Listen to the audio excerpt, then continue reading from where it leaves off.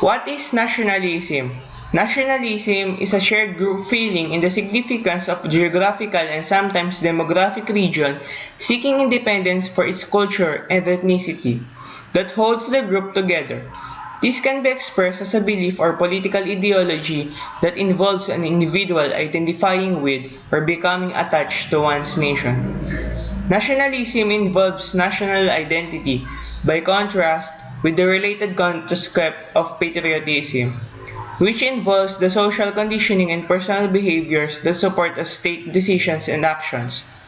From a political or sociological perspective, there are two main perspectives on the origins and basis of nationalism. One is the primordialist perspective that describes nationalism as a reflection of the ancient and perceived evolutionary tendency of humans to organize into distinctive groupings based on an affinity of birth.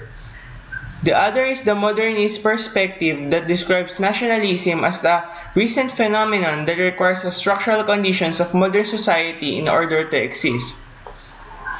Also, nationalism is the belief that the members of a nation share common interests that are different from the interests of other nations and different from the interests of human race as a whole.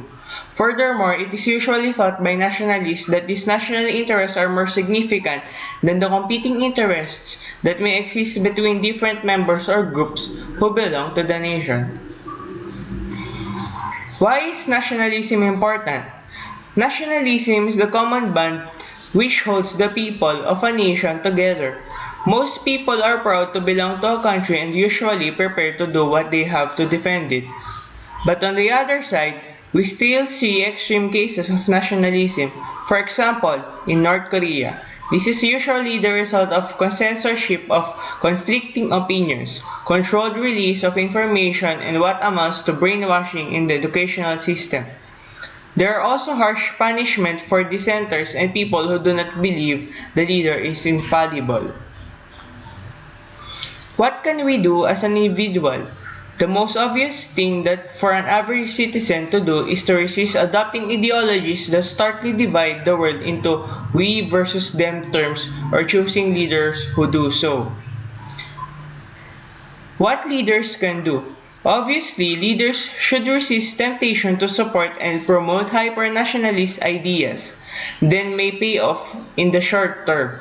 But the carnage of the last century suggests that they produce few, if any, lasting winners.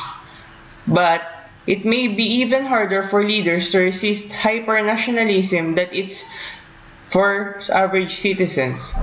First, it is clear that some leaders, like Adolf Hitler, truly believed in the nationalism and prejudices that go with it. Second, and probably more common, are politicians like Slobodan Milosevic, which are hyper-nationalist themes in a more opportunistic way to propel and keep themselves in power.